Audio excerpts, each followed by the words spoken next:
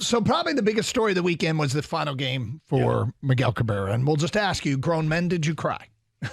Did anybody tear up? Did you well up? Did you get emotional? Did you, what was it? And what was it that got you? I feel like that day, on a day that he, his last at bat was a 4-pitch walk, but for them to put him in the field in the top of the 8th inning, and the second pitch was a ground ball to his backhand, I felt like that was the baseball god saying, no, you're not going out on a walk. Yeah. You're not going out on a 4-pitch walk. And he gets a ground ball hit to him, and they could take him out after that. It was so amazing. Yep.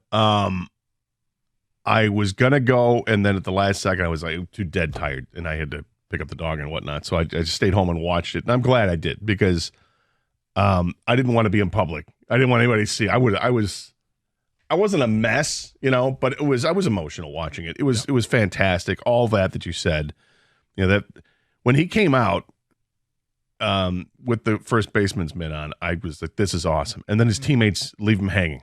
Like, we're not going out there. You're out there by yourself with the adulation of the 40,000 people that are there. And it was an awesome moment that the team gave him. I felt like there were moments all throughout the weekend. The fans were unbelievable. There were moments of gratitude from Miggy to the fans, and obviously the fans to Miggy. That was the team's way of saying, we love you, we want you in the spotlight, get out there. And then he makes the play, and A.J. Hinch comes out, and he doesn't just come out and pull him. He comes out with his family. And that was, that really, I think, it got the emotions going. I think that was peak emotional for me, because it was as if to say, when he walks out there, I'm pulling you away from the game. You're done with the game, and now I'm bringing you your family, so you can come home to your family now. Your baseball career is done. What a career it was. Mm-hmm. So it just kind of hit me. It was an amazing moment. I feel like I can watch that ground out over and over and over. Right. And it be in large part because it just, the big smile on Miggy's face, the celebration of picking up the ball.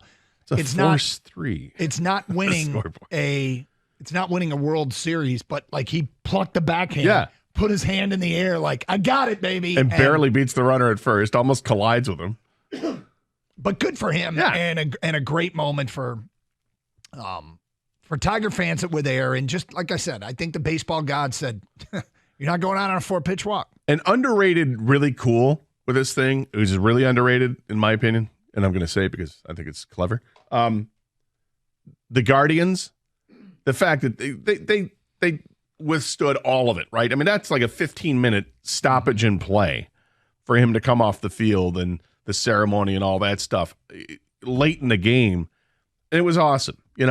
Both teams had nothing going for it. This is the last game of the season. We're out of the playoffs, but they put up with it. And I thought that was really cool. Wasn't it Francona's last game? Mm-hmm. That's pretty amazing too, because they have their own thing going on there. And Terry Francona's been an amazing manager for all these years, and has some Tiger ties to him. So it was really cool. Tito, man. That's his nickname, right? Tito. I always knew that when Miguel Cabrera would hang it up, he would hang it up against the Guardians. It was written down for years. Yeah, I've written that down. I always knew the first thing he'd do is hug Will Vest. Right? Hey, when I told myself, years ago, if he even looks at Veerling and when he walks off the field, I'm going to lose it, man. It's